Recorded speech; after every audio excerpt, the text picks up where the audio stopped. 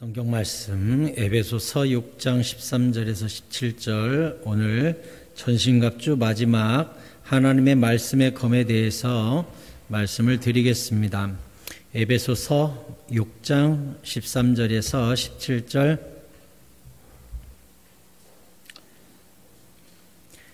신약성경 316쪽에 있는 에베소서 6장 13절에서 17절 말씀.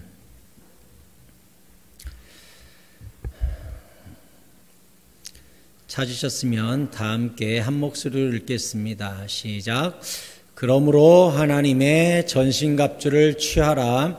이는 악한 날에 너희가 능히 대적하고 모든 일을 행한 후에 서기 위함이라.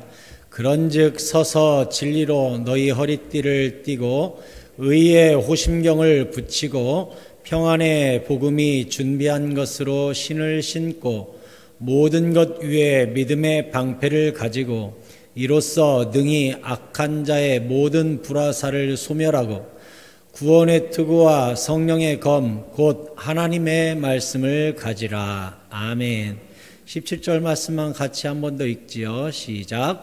구원의 투구와 성령의 검 곧 하나님의 말씀을 가지라. 아멘. 오늘 설교 제목은 성령의 검 말씀을 가지라 라는 제목으로 여러분에게 말씀을 전하도록 하겠습니다. 먼저 여러분에게 하나님의 크신 평안과 건강과 확신과 믿음이 함께 하시기를 축원합니다. 전신갑주 우리가 그동안 수차례 살펴보았는데 전신갑주가 대부분 방어무기였죠. 투구, 흉배, 방패, 허리띠, 신발 다 나를 보호해주는 것들에 대해서 여러분에게 말씀을 드렸죠. 오늘은 드디어 크리스찬에게 있어서, 성도에게 있어서 유일하게 있는 공격 무기 말씀의 검에 대해서 말씀을 드리도록 하겠습니다. 여러분, 하나님은 말씀으로 일하십니다. 아멘. 주님은 말씀으로 일하십니다. 이 말씀이라는 게 그래서 굉장히 강력하고 창조주의 숨결이 말씀 속에 들어있어요. 우리에게 하나님이 기도응답을 주실 때도 뭔가 신비한 어떤 음성을 들려준다든지 내 안에서 성령께서 음성을 들려주실 때도 성경에 없는 이야기를 하시는 법은 없어요. 여러분 그거 명심하세요. 우리가 신앙생활 하다가 때로 신비한 경험들 하지요. 기도하다 음성을 듣기도 하고 성령께서 말씀을 주기도 하는데 제 경험으로는 그래요. 평생 성경을 벗어나는 말씀을 들어본 적이 없어요. 주님은 늘 성경 안에서 말씀하십니다. 왜냐? 성경은 완성된 책이요 부족함이 없는 책이기 때문에 그래요. 자, 시편 107편 19절에 보니까 이에 그들이 그들의 고통 때문에 여호와께 부르짖으매. 이게 뭐예요? 내가 힘드니까 하나님께 부르짖어 기도하겠죠.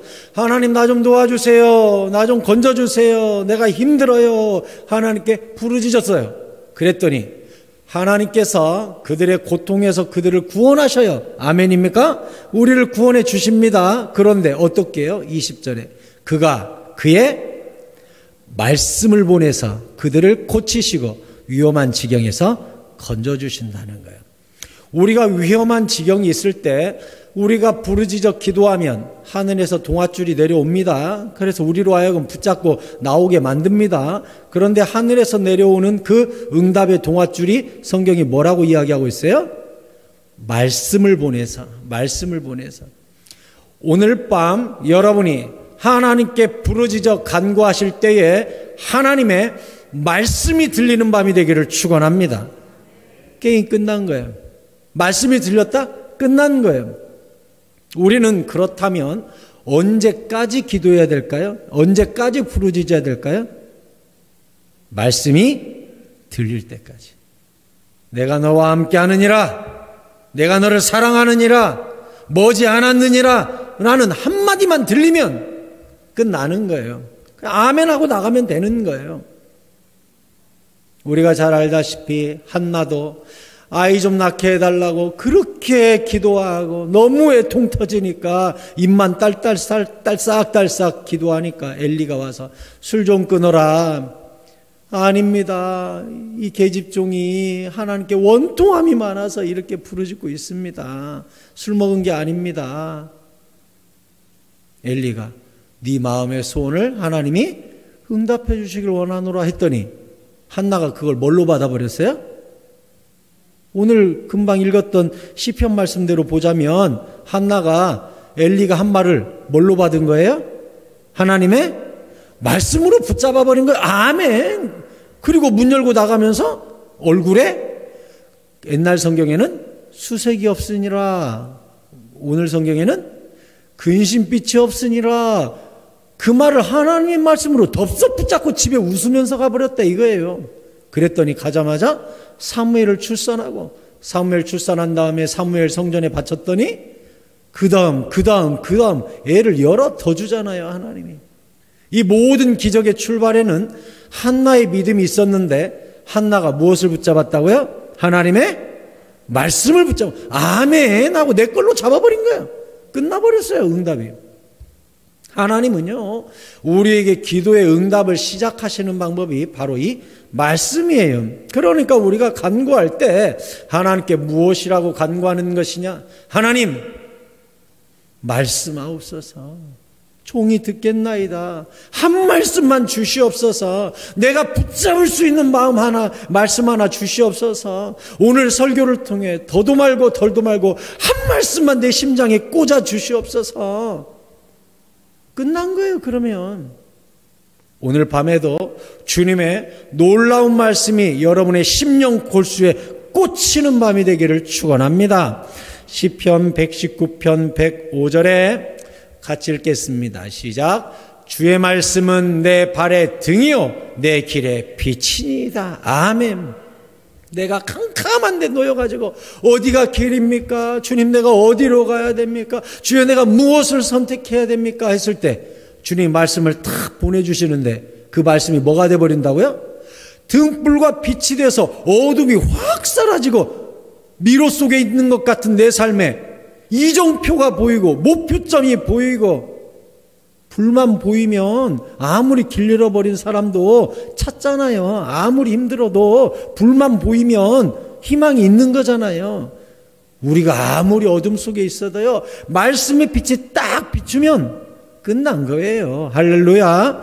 그래서 우리가 말씀의 검, 성령의 검을 붙잡는 게 굉장히 중요해요. 로마인들의 전신갑주를 보면 검이 있는데 이 검은 사실 단검입니다. 30에서 50cm 정도밖에 안 되는 짧은 검이에요. 우리나라 뭐 사무라이 칼이나 이순신 칼이나 우리 조선도 이렇게 길어가지고 슉슉 두 손으로 흔드는 이런 칼이 아니라 한 손으로는 방패를 잡고 한 손으로 마구 휘두를 수 있는 단검이, 단검 한 50cm 정도 되는 단검. 로마 칼 보면 이렇게 생긴 칼 있잖아요. 짝달막 해가지고 검투사들이 쓰는 그 칼. 그러니까 이 칼은 어디에 쓰는 것이냐? 이 백병전에 쓰는 거예요. 몸과 몸이 탁 부딪혀가지고 굉장히 밀접하게 싸울 때 쓰는 무기란 말이에요. 그러니까 이 말씀의 검을 가지라라고 사도 바울이 우리에게 이야기하고 있는 것은 뭐예요? 문제가, 사탄의 유혹이, 내 삶의 어려움이 내 삶에 맞닥뜨려졌을 때 당장 꺼낼 수 있는 칼, 저기 있을 때 화살 쏘듯이 이런 무기가 아니라 내 삶에 밀접하게 다가왔을 때 당장 뽑을 수 있는 바로 그 칼을 우리 보고 소유하라는 거예요. 여러분, 어떤 문제와 사탄의 유혹이 우리 가까이 온다 할지라도 두려워하지 마시기 바랍니다. 우리에게는 말씀이 있습니다. 성령님이 있습니다. 야고보서 4장 7절에 그런즉 너희는 하나님께 복종할지어다 마귀를 대적하라 그리하면 너희를 피하리라 했어요. 마귀가 가까이 오는 거 두려워하지 마세요. 말씀의 검 딱 꺼내면 끝나는 거예요. 말씀만 있으면. 그런데 말씀이 녹이 슬고 생각이 안 나고 말씀이 어디서 들었는가 긴가민가 하고 녹슬어서 칼집에서 안 빠지고 꺼내도 녹슬어서 썰어지지도 않고 그러면 안 되겠죠. 그래서 우리가 하는 게 뭐예요? 늘 통독하고 큐티하고 암송하고 외우고 우리 성경에 보면 말씀을 읊조리다라고 돼 있잖아요. 읊조리다. 그게 뭔 뜻인 줄 알아요? 주여 내가 종일토록 주의 말씀을 읊조리나이다. 다윗의 시편에 보면 여러 구절 읊조리나이다라는 말이 나오죠. 그 읊조리다라는 말 뜻이 무엇이냐? 원문으로 보면 이런 식이에요. 소가 되새김질하다라는 뜻이에요. 소가 되새김질하다. 그러니까 말씀을 읊조리다라는 뜻이 그러니까 뭐예요? 말씀을 한번 우리가 먹었으면 꺼내가지고 씹어서 또 삼키고 씹어서 소가 위가 4개라고 하죠? 어머 신기하기도 해라. 위가 4개네. 4개예요. 초식동물은. 이게 소화가 안 되니까 첫 번째 위에 삼켰다가 꺼내서 씹어가지고 두 번째 위로 넘겼다가 씹어가지고 세 번째로 넘겼다가 씹어서 네 번째로 해가지고 그렇게 나가는 거예요. 그러니까 위가 많으니까 아무리 거친 풀도 다 소화시킬 수 있는 것이죠. 네. 그런데 이 소가 여기에 있는 거, 저도 이제 어릴 때 집에 소가 있었는데 가서 겨울에 보면 얘가 외출을 안 하죠. 집에서 이제 소 기르는 이 농부가 볏짚을 작두로 싹 썰어가지고 쇠죽을 끓이잖아요. 꼭 도시 사람처럼 쳐다보네. 다 촌놈이, 우리 다 촌놈이잖아요. 우리 다 봤잖아요. 이게 막 쓸어요. 요따만하게. 그래가지고 큰 무쇠 솥에다가 그걸 넣어가지고 쇠죽을 끓이잖아요. 그러니까 다 식으면은 이제 퍼다가 이 여물통에다 주면 거기다가 사료 조금 뿌려주면 애가 그냥 맛있게 막 먹어요. 먹는 소리 들어보면 진짜 이렇게 먹어요. 막 쫙 먹고 나서 옆에서 이렇게 지켜보고 있으면 얘가 다 먹고 나서도 가만히 서 있어요. 그러다가 좀 있다가 울컥 해가지고 뭘 또 막 씹어. 좀 있다 보면 또 삼켜. 또 좀 있다 보면 욱 해서 또 막 씹어. 근데 맛있게 씹어요. 껌 씹듯이 싹싹싹 씹어요. 그러니까 얘가 그냥 소화를 잘 시키는 것이죠. 말씀도 그래요. 이번 주 성경 말씀, 이번 주 통독 말씀, 이번 주 설교 우리가 먹잖아요. 아멘 하면서 먹잖아요. 그리고 나가버리면 영양분이 안 된다고요. 소처럼 또 씹고 또 씹고 읊조리는 거예요. 그럼 나중에 이게 뭐가 돼요? 나의 레마의 말씀이 되는 거예요. 나의 무기가 되는 거예요. 계속 씹으면 날이 서는 거예요. 숫돌에다가 칼을 갈잖아요. 숫돌에다가 칼을 갈듯이 말씀을 갖다가 자꾸 읊조리고 씹으면 이게 뭐가 되는 거예요? 날이 서는 거예요. 그럼 어느 상황이 딱 되면 사탄이 딱 다가왔을 때 어떤 문제가 딱 다가왔을 때 내 안에 달구어진 이 날이 선 성령의 검이 탁 튀어나와가지고 나를 이기게 만들고 바로 올바로 서게 만들고 그게 다 말씀에서 나온다고요. 말씀에서. 히브리서 4장 12절에 우리가 너무 잘 알지요. 이 날이 선 칼이 얼마나 무서운지. 같이 읽어요. 시작. 하나님의 말씀은 살아있고 활력이 있어 좌우의 날선 어떤 검보다도 예리하여 혼과 영과 및 관절과 골수를 찔러 쪼개기까지 하며 또 마음의 생각과 뜻을 판단하나니 했어요. 저는 설교할 때마다 이러한 말씀이 여러분에게 선포되기를 소원합니다. 그래서 내가 말씀 앞에 해부되는 느낌, 내가 해석되는 느낌, 내가 다시 수술받는 느낌, 이런 것들이 늘 남아야 설교를 듣고 예배가 끝나야 새로운 능력이 내 안에서 솟아나는 거예요. 말씀은 칼이에요. 무서워요. 좌우의 날이 서 있어요. 어느 쪽으로 썰어도 다 썰려요. 무서운 무기라 이 뜻이에요.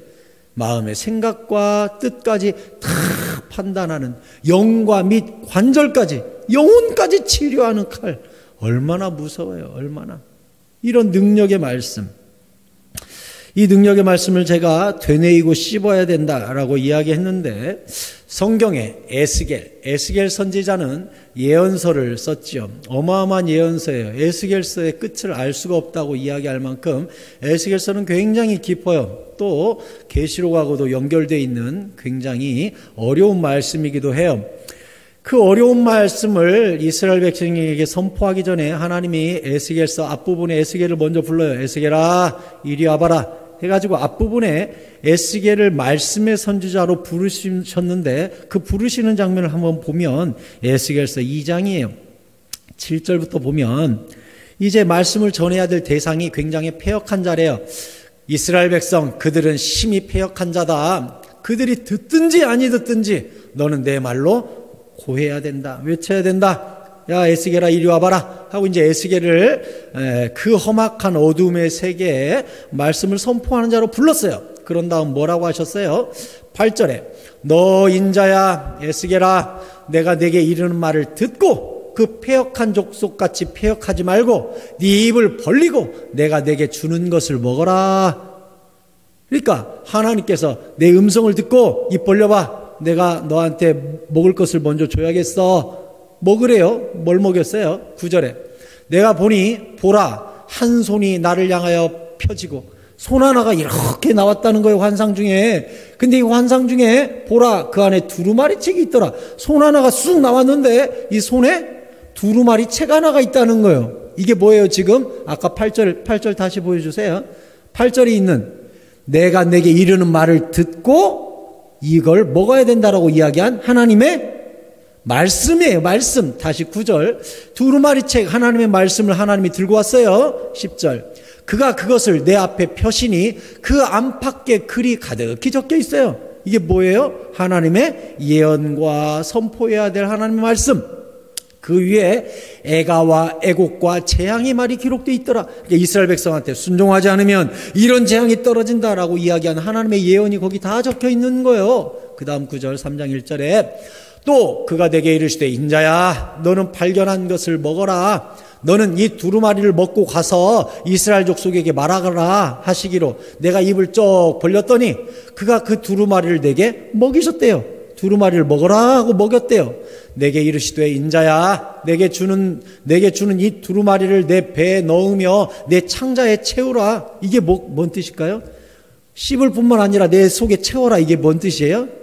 말씀과 선지자가 하나가 돼야 된다는 뜻입니다. 여러분 특별히 말씀을 전파하는 이 앞에 서 있는 유승복 담임 목사와 우리 부교역자들 위해서 여러분 기도하실 때 꼭 이 기도해 주세요. 하나님 말씀을 먹고 잘 소화시켜서 자기의 것으로 만들어서 그것으로 백성을 일깨우고 선포하는 선지자적 메시지를 전하게 하여 주시옵소서. 이렇게 저한테 이런 능력이 있어야 돼요. 안 그러면 나도 죽고 우리도 죽는 거예요. 감사한 것은 우리 성도님들이 얼마나 저를 위해서 기도를 하시는지 저는 느끼거든요. 설교 준비할 때 느껴요. 컴퓨터 딱 켜놓고 옆에다가 성경책 펴놓고 공부책 펴놓고 막 타이핑하면서 연습장에 생각나는 거 적어가면서 막 설교 준비를 하거든요. 이런 느낌이에요. 하늘이 열리는 느낌. 하늘문이 열리고 하나님이 저 위에서 가만히로 말씀을 들이붓는 것 같아요. 제가 그저께는 이제 말씀에 늘 붙들리기 위해서 새벽에도 적고 새벽 예배 끝나면 집에 가서 또 컴퓨터 켜서 적고 출근하면 하루 종일 설교 준비하고 퇴근해서 집에 가면 또 컴퓨터 켜서 또 적고 자기 전에도 생각나면 또 컴퓨터 켜서 적고 늘 말씀 속에 살거든요.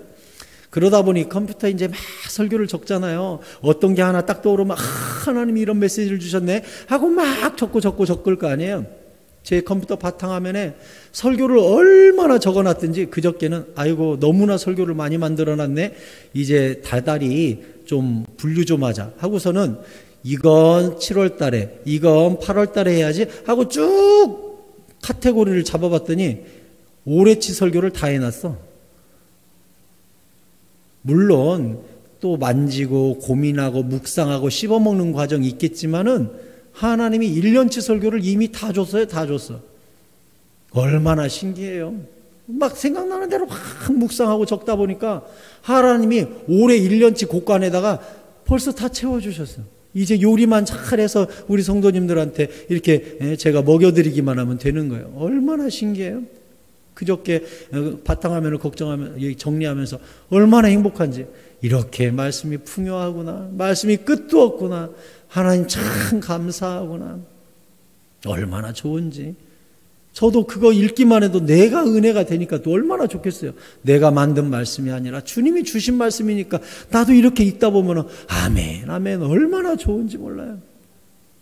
이런 에스겔의 축복이 우리 교회와 한국교회에 넘치기를 바랍니다. 여러분도 마찬가지예요. 말씀은 듣는 게 아니라 먹는 거예요. 먹는 거. 말씀과 내가 하나 되도록 씹고 아멘 아멘 하면서 소화시키고 내뱉어서 또 씹고 내뱉어서 또 씹고 하면서 소처럼 되새김질을 하는 거예요. 왜? 사무엘상 3장 21절에 굉장히 중요한 성경 구절이 나와요. 적으시고 밑줄도 그어야 돼요. 이 성경 구절은 굉장히 중요해요. 같이 읽겠습니다. 시작. 여호와께서 실로에서 다시 나타나시되 여호와께서 실로에서 여호와의 말씀으로 사무엘에게 자기를 나타내시니라. 아멘. 여러분, 하나님 만나고 싶으십니까? 하나님 보고 싶으십니까? 저도 하나님 만나고 싶고 보고 싶고 그래요. 근데 하나님이 사무엘을 만나는데 어떻게 만나줬다고요?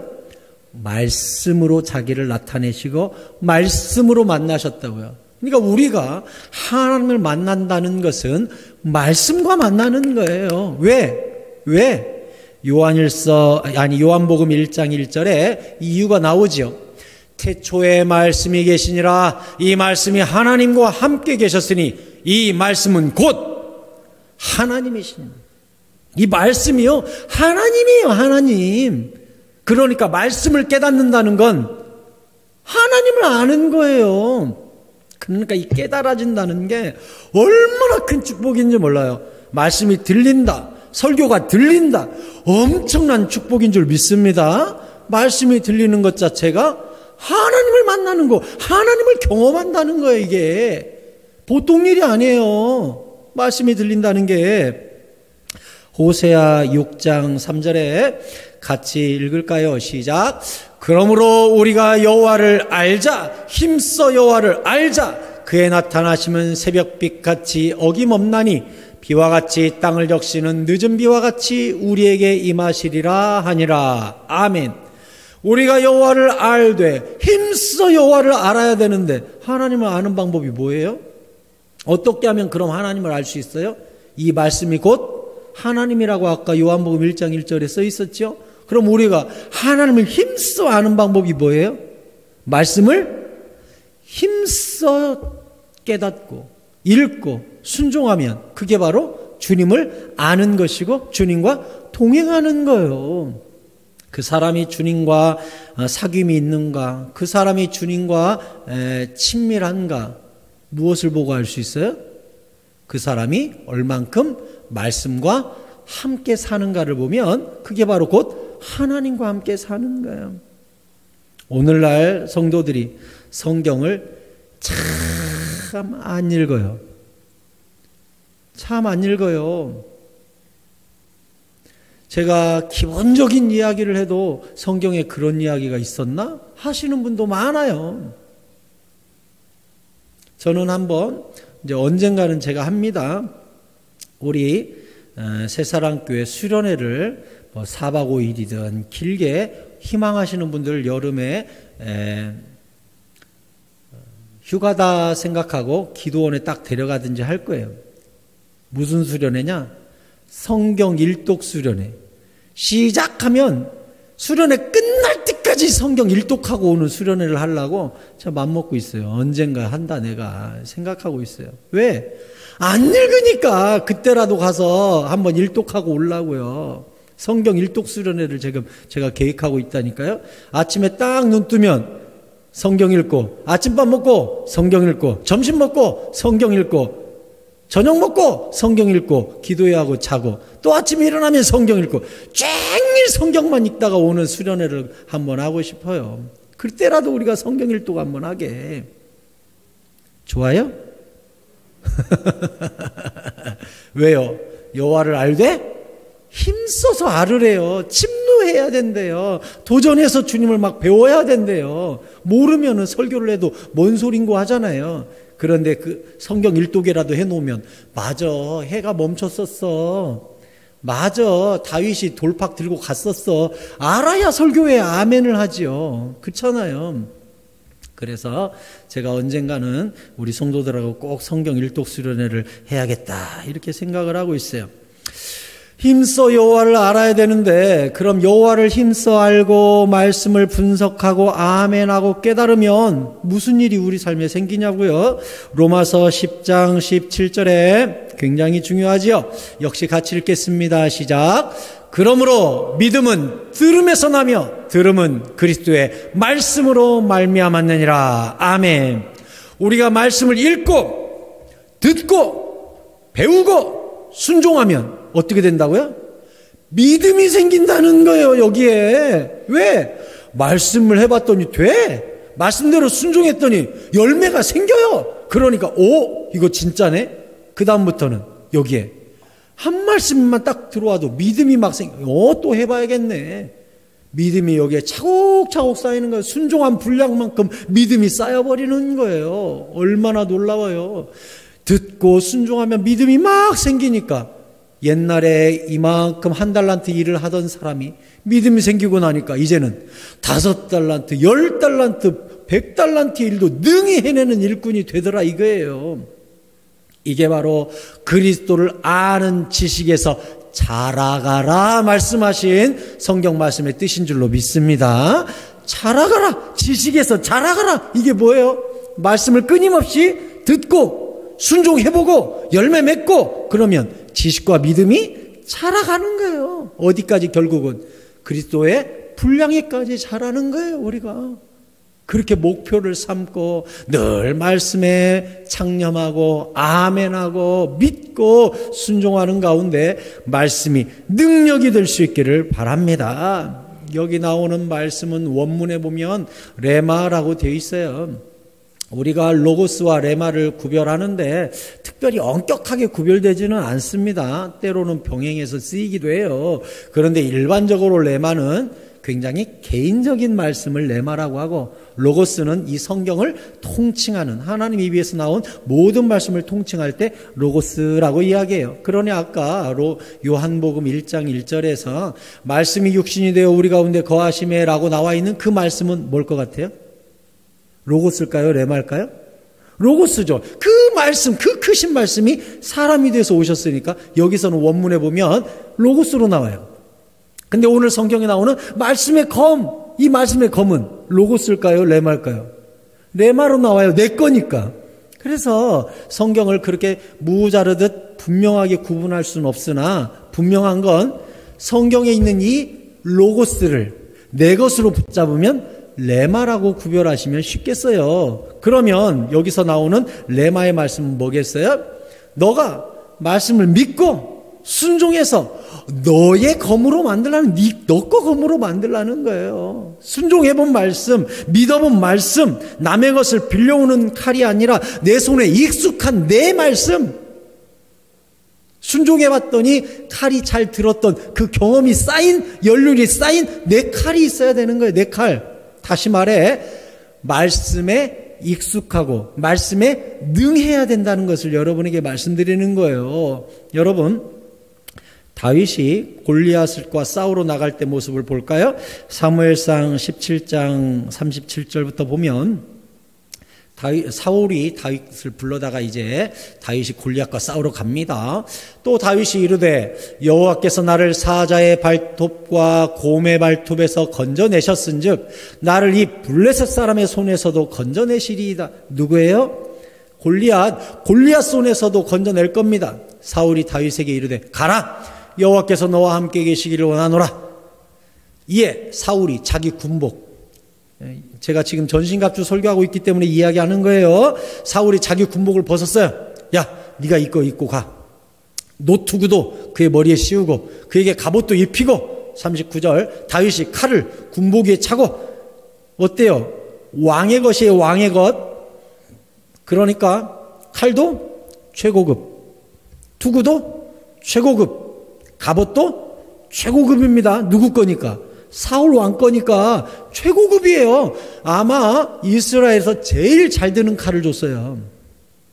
근데 39절 다윗이 칼을 군복에 차고는 익숙하지 못함으로 시험적으로 걸어보다가 사울에게 말하되 익숙하지 못하니 이것을 입고 가지 못하겠나이다 하고 벗어버렸어요. 최고급 군복을 벗어버렸어요. 그리고 40절 손에 막대기 가지고 시냇가에 가더니 매끄러운 돌 5개 골라가지고 자기의 목자 주머니 집어넣고 손에 물매 들고 블레셋 사람에게 싸우러 갔다는 거예요. 여러분, 이 사건이 우리에게 보여주는 게 뭐죠? 제일 좋은 무기는 최고급 무기가 아니라 나에게 익숙한 무기라는 거예요. 아무리 최고급 칼이라도 다윗은 그 칼로 싸워본 적이 없어요. 왜? 양치기한테 칼은 별로 필요 없어요. 물매로 냅다 친 다음 가가지고 목숨 끊는 데 쓰는 칼이지 싸우는 칼이 아니에요. 다윗에게는 똑같은 방식으로 골리앗을 죽입니다. 어떻게 죽이죠? 물매를 휙휙휙 돌려가지고 이마 맞춰가지고 골리앗이 쓰러지니까, 그 뒤에 읽어보면 알지만 골리앗이 돌 맞아 죽은 게 아닙니다. 이마에 박혀서 쓰러짐에 다윗이 달려가서 골리앗이 들고 있던 칼로 골리앗 목을 쳐서 죽였다고 이렇게 나와요. 그게 뭐예요? 다윗이 양을 지킬 때 곰을 죽이던 방법이 바로 그거예요. 다윗의 믿음 중에 정말 엄청난 믿음이 뭔 줄 압니까? 다윗은요, 칼을 안 들고 갔어요. 무슨 생각까지 한 거예요? 골리앗이 쓰러지면 골리앗 거 칼 쓰면 되지, 이 생각까지 하고 간 거예요. 다윗은요, 왜 그 생각까지 한 줄 알아요? 과거 곰을 쳐봤거든요. 그랬더니 곰이 돌 맞고 죽는 게 아니라 돌 맞고 쓰러져서 알딸딸 할 때 가가지고 칼로 죽인 거예요. 그러니 다윗이 알아요. 아, 저놈도 내가 돌로 1차적으로 쓰러뜨린 다음 정신 못 차릴 때 가가지고 칼로 목숨을 끊어야겠다. 계획을 가지고 갔어요. 너는 다 계획이 있구나 하고 간 거예요. 다윗이 계획 다 세우고 갔어요. 그러면 다윗이 골리앗을 죽였던 방법이 과거 양을 치다가 사자와 곰을 죽이던 방법과 똑같다. 이건 지금 여러분에게 제가 무엇을 말씀드리는 거예요? 다윗은 익숙한 방법으로 싸웠다는 거예요. 익숙한 방법으로. 생전 없던 전술과 없던 무기로 이 일을 해낸 게 아니라는 거예요. 하나님이 그러니 누구를 써요? 익숙한 사람, 말씀에 능한 사람, 그 사람을 쓰는 거예요. 그러니 우리가 말씀을 되뇌이고 씹고 에스겔처럼 삼켜서 소화시켜가지고 내 것으로 만들라. 이것은 무슨 뜻이냐? 말씀을 능숙하게 다룰 수 있는 사람이 되어야 된다. 말씀이 손에 익어 있는 사람이 되어야 된다. 이것을 말씀하는 거예요. 다윗이 말씀의 검이 아니라 이 물맷돌을 들고 간 것은 그게 가장 익숙하기 때문에 그래요. 위기의 때에 빛을 발하는 것은 나의 익숙한 무기가 나를 도와주는 거지 별스런 장치가 와가지고 나를 구원해 주는 것이 아니라는 거예요. 우리 예수님께서도 성경에 보면 사탄과 싸우시는 장면이 나오지요. 마태복음 4장에 싸우시는 장면이 나오는데 그 장면을 보기 전에 계시록 1장을 먼저 보면 계시록 1장 12절에 요한이 환상 중에 몸을 돌이켜 나에게 말한 음성을 알아보려고 돌이켜봤어요. 누가 나에게 말하지? 하고 뒤를 돌이켜봤는데 7 금촛대가 서 있었대요. 그리고 촛대 사이에 인자 같은 이가 발에 끌리는 옷을 입고 가슴에 금띠를 띠고 있었대요. 예수님이에요. 그의 머리에와 털의 희기가 흰 양털 같고 눈 같으며 그의 눈은 불꽃 같고 얼굴에서 막 광채가 난다는 거예요.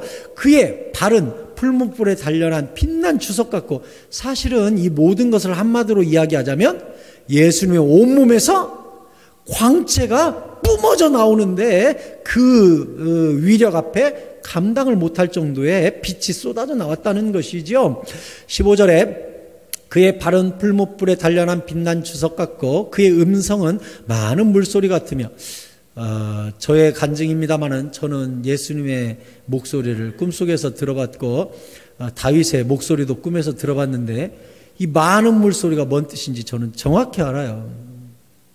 꿈속에서 다윗이 내 손을 잡고 이렇게 흔들면서 딱 말을 하는데 수많은 시냇물이 입에서 일시에 쏟아지는 것 같이 딱 뭐라고 표현할 수가 없어요. 진짜 이 표현이 딱 맞아요. 많은 물소리가 나요. 저는 꿈속에서 또 예수님을 본 적이 있는데 예수님이 나에게 뭐라고 말씀하시는데 그 음성이 많은 물소리가 한꺼번에 쫙 쏟아지는 것 같은데 그렇게 위험 있고 그렇게 아름다운 소리가 없어요. 저는 이 사도 요한이 쓴 그 목소리가 많은 물소리 같다라는 이게 정확히 이해가 돼요. 얼마나 신기한지. 이 말로밖에 표현이 안 되는 목소리예요. 딱 이 말이에요. 저도 꿈속에서 듣고 주님의 음성과 다윗의 음성을 딱 꿈에서 듣고 꿈속에서 이 생각을 했다니까요. 어머, 어떻게 요한이 정확히 썼지? 진짜 많은 물소리가 나네? 꿈속에서 내가 그 말을 했거든요. 정말 많은 물소리가 나네? 입에서 많은 물소리가 쫙 쏟아지는 소리가 나더라고요. 꿈속에서 제가 깜짝 놀랐어요. 그런데 이 예수님이 16절에 그의 오른손에 7별이 있고, 이제 알고 보면 이 7별은 하나님의 사자 종이지요. 그 입에서, 이제 예수님 입에서 좌우에 날선 검이 나오고 그 얼굴은 해가 힘있게 비치는 것 같더라. 이렇게 돼 있죠. 아니, 어떻게 보면 입에서 무슨 코끼리 상아처럼 뭐가 툭 튀어나와 있는데 입에서 칼이 튀어나와 있다는 거예요. 이게 뭐예요? 이제 계시록 저 뒤에 가보면 나오지만 이 검으로 사탄을 이기고 모든 어둠을 제압하는 무기가 이 칼이에요. 이 칼. 그러면 입에서 칼이 나온 뭐 이상한 형태? 아니죠. 이것은 지금 무엇을 이야기하는 거예요? 주님의 입에서 말씀의 검이 튀어나온 거예요. 이 말씀의 검. 주님께서 이 땅에 계실 때도 이 말씀의 검이 얼마나 무서웠냐 보세요. 예수님이 겟세마네 동산에서 잡히시던 장면을 요한이 기록을 했어요. 18장에.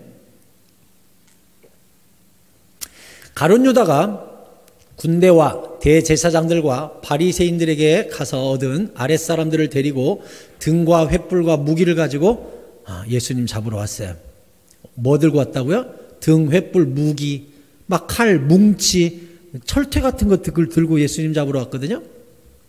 예수께서 그 당할 일을 다 아시고 나아가 이르되 너희가 누구를 찾느냐 했어요.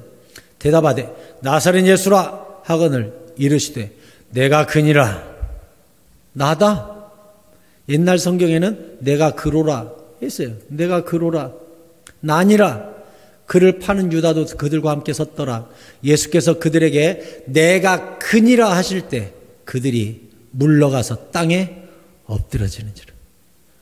칼 들고 횃불 들고 철퇴 들고 수많은 무기를 들고 나사렛 예수 잡아라 하면서 벌떼같이 왔는데 예수님이 나다. 그 말 한마디에 거기 올라온 수많은 병사들이 그냥 쓰러졌다는, 엎드러져 버렸다는 거예요. 아시겠어요? 예수님의 말씀 딱 한마디, 나다. 이 말 한마디 다 쓰러져 버렸다는 거예요. 이건 뭐예요? 예수님이 잡혀간 게 아니라 잡혀 주신 거라는 것을 알려주는 메시지예요.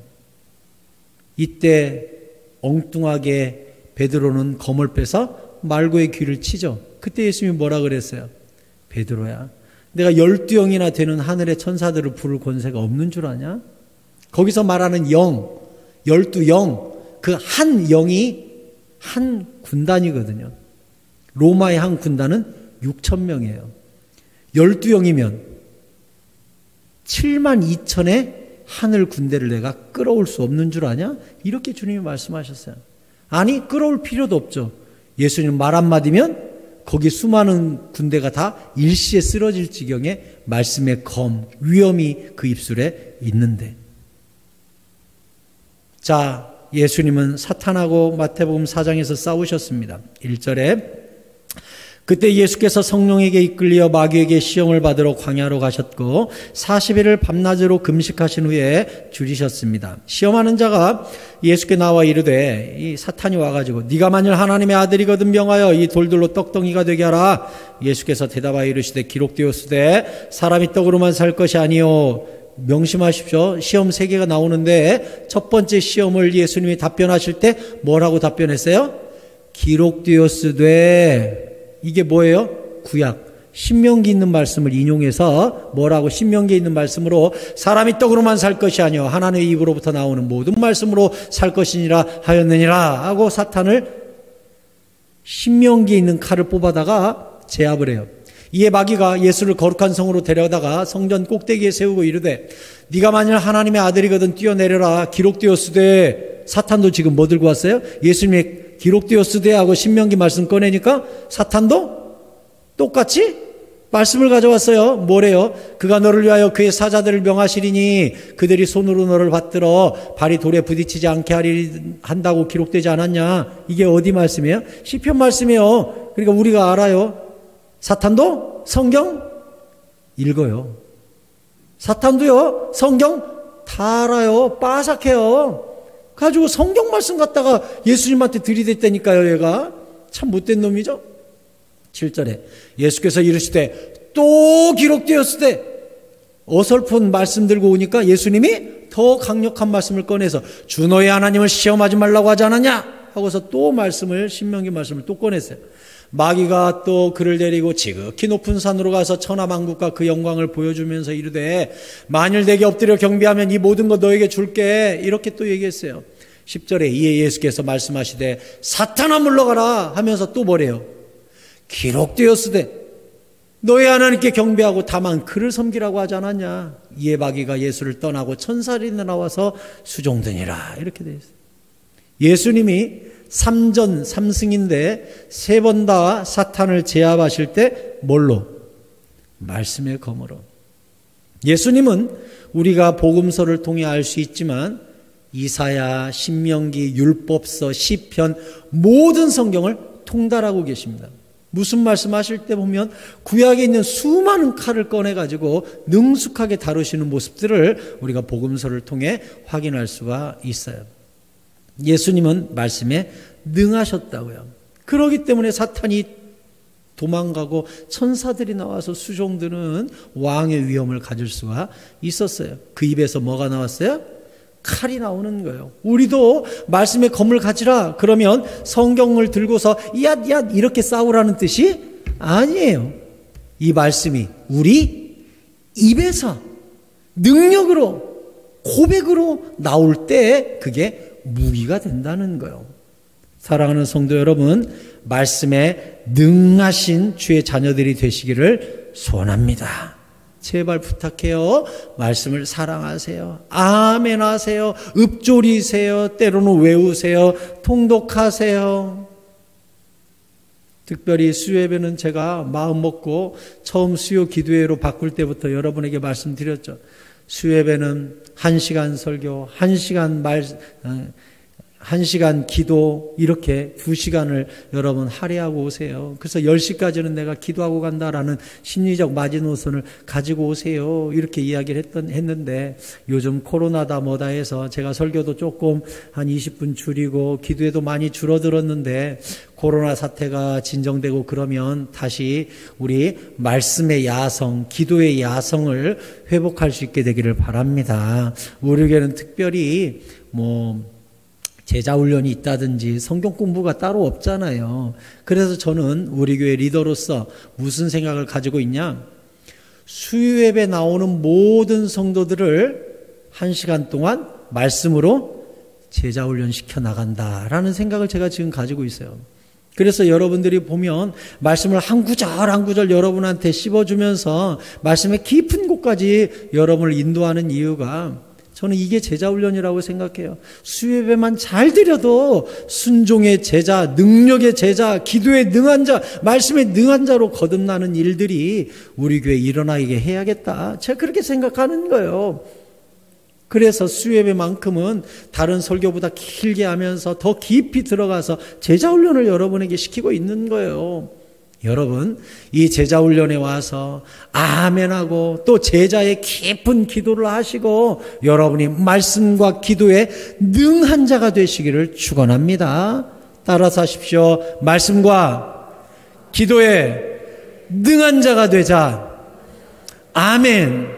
익숙한 사람, 말씀과 기도에 익숙한 사람, 능한 자 돼야 돼요. 우리가 그게 제자예요.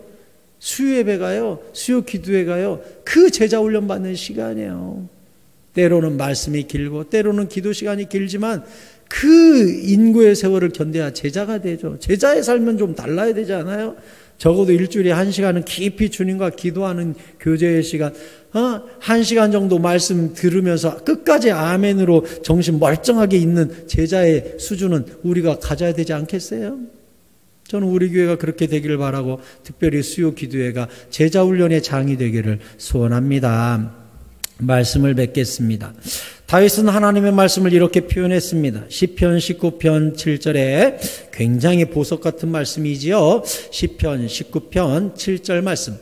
여호와의 율법은 바꿔 말하면 하나님의 말씀은 완전하여 영혼을 소성시키며 우리의 영혼을 새롭게 하시네요. 여호와의 증거는 이건 여호와의 말씀이에요. 여호와의 말씀은 확실하여 우둔한 자가 지혜롭게 되고 아멘.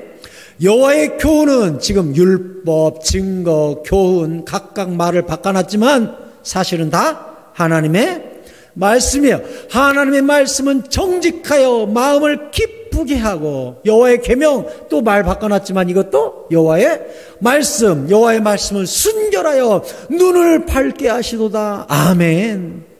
여호와를 경외하는 도는 정결하여 영원까지 이르고 여호와의 법도 진실하여 다 의로우니 바꿔 말하면 성경 말씀 한 구절도 쓸모없거나 가치없는 구절이 하나도 없다는 거예요. 다 의롭고 금 곧 많은 순금보다 더 사모할 것이며 말씀을 그렇게 돈보다도 더 기뻐하라는 거예요. 사모하래요. 그러면 꿀과 송이꿀보다 더 달아요. 말씀이.